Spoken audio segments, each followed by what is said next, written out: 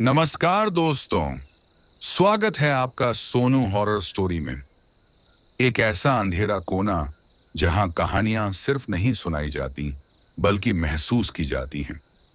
जहां हर किस्सा सच्चाई और डर के धुंधले पर्दों के पीछे से निकलकर सीधा आपकी रूह तक पहुंचता है। कैसे हैं आप सभी? उम्मीद है कि आप स्वस्थ, सुरक्षित और होश में हैं, क्योंकि जो कहानी आज आप सुनने जा रहे हैं वो आपके होश छीन सकती है, नींदें उड़ा सकती हैं। और यकीन मानिए, रात के खाने से पहले मत सुनिएगा इसे। आज की कहानी है मुंबई की वो खोली जिसमें एक मरी हुई औरत अब भी खाना बनाती है। एक ऐसा चौल जहां वक्त थम गया है। एक ऐसी खोली जहां चूल्हा ठंडा कभी नहीं होता। और एक ऐसी औरत जो मर चुकी है पर उसकी रसोई आज भी जीवित है। तो अगर आप तैयार हैं तो अपनी कुर्सियों की पकड़ मजबूत कर लीजिए, क्योंकि डर की ये रात अभी शुरू होती है। मुंबई की बारिश किसी रहस्य की तरह होती है। जब शुरू होती है तो लगता है जैसे आसमान अपना सारा बोझ धरती पर गिरा देना चाहता है। ऐसे ही एक बरसाती दिन अर्जुन पहली बार उस चौल में आया था जिसके बारे में लोग फुसफुसाकर बातें करते थे। चौल नंबर 17 भायखला की भीड़ भाड़ से दूर एक संकरी गली में छिपी हुई थी। उसके चारों ओर ऊंची ऊंची इमारतें उग आई थीं, जैसे वक्त ने सब कुछ निगल लिया हो। पर यह चौल आज भी वैसी की वैसी थी। पुरानी सीली हुई दीवारें, लटके हुए बिजली के तार और एक ऐसा सन्नाटा जो दिन में भी अजीब सा लगता था। अर्जुन को यहां रहने के लिए मजबूरी ने लाया था। मुंबई में नौकरी मिली थी पर पैसे कम थे। उसने एक ब्रोकर के जरिए कम किराए वाली खोली ढूंढी और किस्मत उसे यहीं ले आई। जब वो पहली बार तीसरी मंजिल पर पहुंचा तो दरवाजे के सामने खड़ी एक बूढ़ी औरत ने उसकी तरफ ऐसे देखा जैसे वो कोई इंसान नहीं, कोई बदनसीब आत्मा हो। खोली नंबर 302 में रहोगे तुम? जी, अभी आया हूं। कभी घड़ी देखी है क्या? ये वक्त नहीं होता किसी नए किराएदार के आने का, खासकर यहां। अर्जुन हंस दिया। बारिश की वजह से देर हो गई आंटी, आप चिंता मत कीजिए। बूढ़ी औरत ने बिना कुछ कहे दरवाजा बंद कर लिया। अर्जुन ने चाबी निकाली और खोली का दरवाजा खोला। अंदर घुप अंधेरा था। बिजली की बत्ती बार बार छपक रही थी। दीवारों पर सीलन थी और रसोई से हल्की सी गंध आ रही थी, जैसे किसी ने अभी अभी खाना बनाया हो। अर्जुन चौंका। यहां तो कोई रह नहीं रहा। फिर यह गंध। वो धीरे धीरे रसोई की तरफ गया। गैस बंद थी, लेकिन बर्तन साफ सुथरे थे और सिंक में एक गिलास रखा था जिसमें पानी आधा भरा हुआ था। एक पल को उसे लगा कि शायद ब्रोकर ने सफाई करवाई होगी, लेकिन उसके अंदर कहीं कुछ हल्का सा खटका। रात को जब वो सोने की कोशिश कर रहा था तो दीवार के पीछे से हल्की सी आवाज आई, जैसे कोई कड़छी चला रहा हो। अर्जुन चौंक कर उठ बैठा। इतनी रात को कौन खाना बना रहा है? उसने कान लगाया। आवाज धीमी हो गई और फिर एकदम बंद। उसने खुद को समझाया कि शायद नीचे के फ्लैट से आ रही हो या कोई भ्रम हो। अगली सुबह वो बाहर निकला तो सामने वाली खोली की एक महिला ने उसे टोक दिया। नए आए हो? हाँ जी, खोली 302 में। उस महिला का चेहरा अचानक सख्त हो गया। क्या किसी ने नहीं बताया उस खोली में कोई नहीं जाता? क्यों? क्योंकि वहां कोई और पहले से रहता है जो मर चुकी है। अर्जुन हंस पड़ा। अब मजाक कर रही हैं? यहां कोई मजाक नहीं करता बाबू। उस खोली में 3 लोग आकर रह चुके हैं पिछले 2 साल में। पहला लड़का पागल हो गया, दूसरा कभी लौट कर नहीं आया और तीसरी बार तो किसी ने खुद को कमरे में बंद करके जला लिया था। अर्जुन ने हल्की सी हंसी में बात टाल दी, लेकिन उस रात वो हंसी गायब हो गई। उसने रसोई से फिर वही आवाज सुनी, किसी चीज को हिलाने की आवाज, और फिर बर्तन रखे जाने की, और फिर एक और आवाज जैसे कोई बुदबुदा रहा हो, कोई औरत।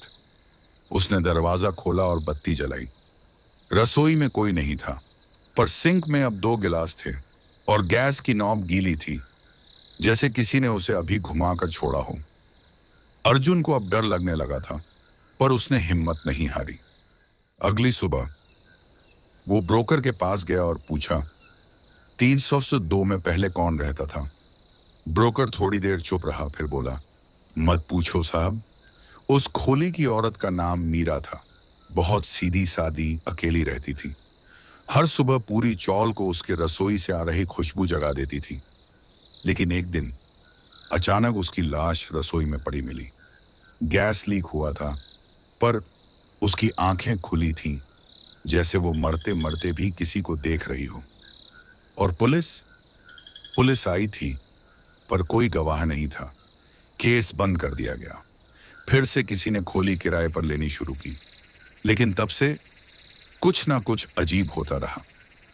अर्जुन चुपचाप लौट आया। अब उसे उस खोली की गंध समझ आ रही थी। वो महक कोई मसाले की नहीं थी। वो थी एक अधूरी आत्मा की रसोई से उठ रही आखिरी ख्वाहिश की। रात को उसने तय किया कि वो सबूत खोजेगा। उसने फोन में कैमरा चालू किया और उसे रसोई में छुपा दिया। सुबह जब वो उठा तो कैमरा अब भी रिकॉर्ड कर रहा था। उसने वीडियो देखा। रात 2:13 पर रसोई में हल्की रोशनी दिखी। कोई छाया गैस के पास खड़ी थी। फिर चूल्हे की नॉब घूमती है और छाया बर्तन उठाती है, लेकिन चेहरा साफ नहीं था। एक जगह वो छाया कैमरे की तरफ मुड़ती है और सिर्फ 2 चमकती आंखें दिखती हैं, जो सीधे अर्जुन की आत्मा तक झांकती हैं। अर्जुन का बदन पसीने से भीग गया। उसने फैसला किया वो इस खोली में अब एक पल भी नहीं रुकेगा। लेकिन दरवाजा अब खुल नहीं रहा था। कुंडी अंदर से बंद नहीं थी, लेकिन दरवाजा जैसे किसी ने बाहर से पकड़ा हुआ था। रसोई से फिर वही गंध आने लगी, इस बार तेज, तीखी और दम घोंटने वाली। और तभी किसी ने धीरे से फुसफुसाकर कहा, भात तैयार है। दरवाजा जैसे किसी अदृश्य हाथ ने जकड़ रखा था। अर्जुन ने जोर लगाया, लेकिन दरवाजा हिला तक नहीं। कमरे में हवा भारी होती जा रही थी। रसोई से उठती महक अब सिर्फ मसालों की नहीं थी। उसमें जली हुई खाल, गीले बाल और सड़े हुए चावल की बू घुल गई थी। अर्जुन ने खिड़की की तरफ देखा, लेकिन खिड़की की सलाखों पर जाले और मिट्टी जमी हुई थी, जैसे सालों से किसी ने उसे खोला ही न हो। और तभी पीछे से किसी ने उसके कंधे पर हाथ रखा। वो बिजली की गति से पलटा, पर पीछे कोई नहीं था। उसका दिल जोर जोर से धड़क रहा था। उसने धीरे धीरे कदम रसोई की ओर बढ़ाए। रसोई में सब कुछ वैसा ही था। साफ बर्तन, गैस बंद, सिंक में 2 गिलास और एक छोटी सी थाली जिसमें गरम गरम भात रखा हुआ था। हाँ, भात, चावल, और उस पर एक पत्ता रखा था, जैसे कोई प्रसाद रखता है। पर यह किसने रखा और कब? अर्जुन ने धीरे से थाली की तरफ हाथ बढ़ाया, लेकिन तभी गैस का बटन खुद ब खुद घूम गया और चूल्हे से नीली आग की लपटें निकल पड़ी। और ठीक उसके सामने, धुएं के बीच, एक आकृति उभरी। एक औरत, लंबे बाल, साड़ी में लिपटी हुई, आंखें स्थिर और भावशून्य। वो कुछ बड़बड़ा रही थी। भात। अर्जुन की सांसें रुक गईं। उसने आंखें बंद की और मुड़कर दौड़ने ही वाला था कि रसोई की छत से एक बर्तन गिरा और सीधा उसकी पीठ पर लगा। वो गिर पड़ा। अगली सुबह चौल के कुछ लोगों ने देखा कि अर्जुन दरवाजे के पास बेहोश पड़ा था। दरवाजा खुला था और रसोई से भात की वही महक आ रही थी। अर्जुन को अस्पताल ले जाया गया। कुछ घंटे बाद उसे होश आया। तुम वहां क्या कर रहे थे? डॉक्टर ने पूछा। मैं मीरा से मिला, अर्जुन ने फुसफुसाते हुए कहा। डॉक्टर चौंका। उसी दिन अर्जुन ने फैसला किया वो उस खोली में वापस जाएगा, लेकिन इस बार खाली हाथ नहीं। अर्जुन ने अपनी एक मित्र संगीता से संपर्क किया। संगीता पैरानॉर्मल रिसर्च से जुड़ी थी। वह ऐसी घटनाओं को समझने और रिकॉर्ड करने में माहिर थी। तू सच में चाहता है मैं तेरे साथ वहां चलूं? हाँ, मैं अकेले ये नहीं समझ सकता। मीरा अब भी वहां है, लेकिन वो सिर्फ डराती नहीं, कुछ कहना चाहती है। संगीता ने एक कैमरा, ईएमएफ डिटेक्टर और कुछ पूजा सामग्री ली और दोनों उस रात वापस चौल नंबर 17 पहुंचे। रात के 11 बजे खोली 302। जैसे ही उन्होंने दरवाजा खोला, वो महक फिर से उठी। भात की, पर इस बार उसमें हल्दी और लौंग की खुशबू भी थी, जैसे कोई बिरयानी बना रहा हो। संगीता ने कैमरा चालू किया, ईएमएफ डिटेक्टर को ऑन किया और स्क्रीन पर तेजी से रेड लाइनें झपकने लगी। यहां कोई है, संगीता बुदबुदाई। तभी रसोई से हल्की सी गुनगुनाहट आई, एक पुराना मराठी लोकगीत, जागे रंगाई करू नको। संगीता ने धीरे से बर्तन उठाया। वो गरम था, ताजा खाना। अर्जुन, ये कोई आत्मा नहीं, ये कोई अधूरी क्रिया है, कोई अंतिम काम जो पूरा नहीं हुआ। अर्जुन ने कहा, शायद मीरा कुछ कहना चाहती है, लेकिन क्या? और तभी दीवार पर कुछ लिखा हुआ उभरने लगा। सड़ी हुई सीलन से धीरे धीरे एक वाक्य बना, उसे भूख लगी है। संगीता चीखी। उस वाक्य के नीचे एक और लाइन बनने लगी, जो मुझे जलाकर गया था उसे लाना होगा। संगीता और अर्जुन सन्न रह गए। मीरा को किसी ने मारा था? अर्जुन ने कहा। हाँ, और उसकी आत्मा तब तक मुक्त नहीं होगी जब तक उसका हत्यारा वापस ना आए। अब अर्जुन को उस रात की सच्चाई जाननी थी। वो दोबारा ब्रोकर के पास गया और दबाव डालकर सच्चाई उगलवाई। ब्रोकर ने कहा, मीरा का पति विजय शराबी था, रोज मारता था। एक रात वो शराब के नशे में मीरा से झगड़ा कर बैठा, गैस छोड़ दी और माचिस जला दी। खुद बाहर भाग गया और लोगों से कहा कि गैस लीक से आग लगी थी। और पुलिस? वो मामला सुलझाया ही नहीं गया। कोई गवाह नहीं था। चौल के लोगों ने भी चुप्पी साध ली। अर्जुन का खून खौल उठा। मीरा सिर्फ बदला नहीं चाहती, वो इंसाफ चाहती है। अर्जुन ने फैसला किया विजय को ढूंढेगा। उसकी तलाश में वो पुराने रिकॉर्ड्स, पड़ोसियों और पुलिस स्टेशन तक गया। 3 दिन बाद उसे पता चला कि विजय अब ठाणे में रह रहा है और उसी गली में शराब के नशे में धुत एक गुमनाम जिंदगी जी रहा है। अब क्या अर्जुन मीरा की आत्मा की सच्चाई विजय के सामने ला पाएगा? क्या विजय उस खोली में लौटेगा, या मीरा खुद अपना बदला लेगी? विजय को उस खोली में लाना होगा। मीरा की आत्मा ने संदेश दिया था और अर्जुन अब पीछे हटने वालों में से नहीं था। रात ठाणे की एक गली। विजय मैले कुचैले कपड़े, उलझी पुआनी पड़े, उलझे हुए बाल, हाथ में शराब की बोतल और आंखों में एक डर जो पिछले 12 सालों से उसके साथ सोता जगता था। जब अर्जुन ने उसका नाम पुकारा, वो चौंक गया। कौन? कौन है तू? मैं अर्जुन हूं और तुम्हें मेरे साथ चलना होगा, मीरा की खोली में। विजय का रंग उड़ गया। उसकी आंखें फटी की फटी रह गईं। नहीं नहीं, मैं वहां नहीं जाऊंगा। वहां भूत है। मीरा अब भी वहां है। हाँ विजय, अर्जुन ने कहा, अब भी वहीं है और वो तुझसे कुछ कहना चाहती है। विजय जमीन पर बैठ गया, कांपते हुए। वो उस रात जल गई, पर उसकी चीखें आज तक मेरे कानों में गूंजती हैं। मैं भाग गया, मुझे डर लग रहा था, मुझे माफ कर दो।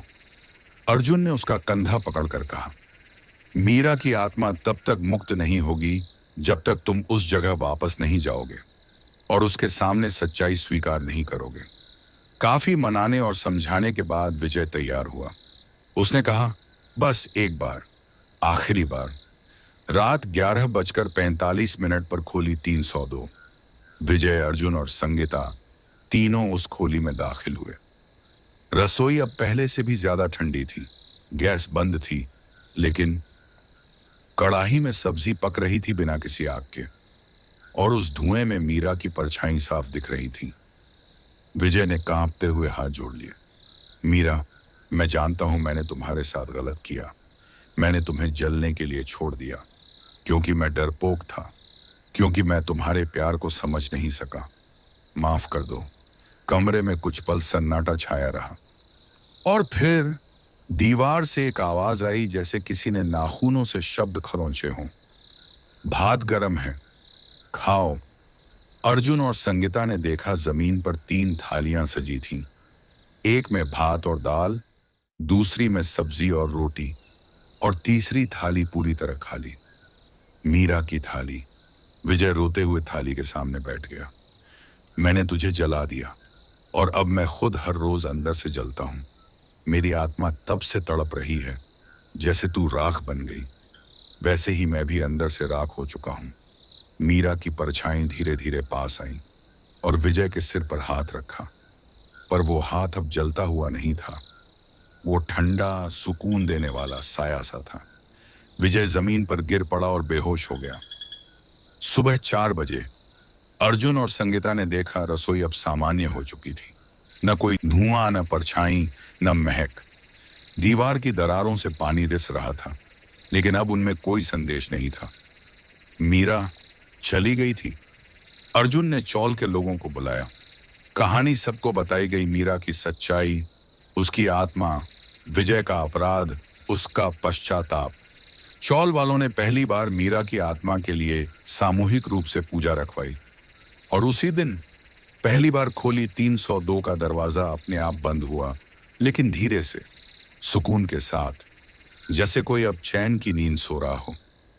कुछ महीने बाद अर्जुन और संगीता ने खोली को एक गरीब विधवा को रहने के लिए दे दिया, ताकि वहां की रसोई फिर से जिंदा हो सके।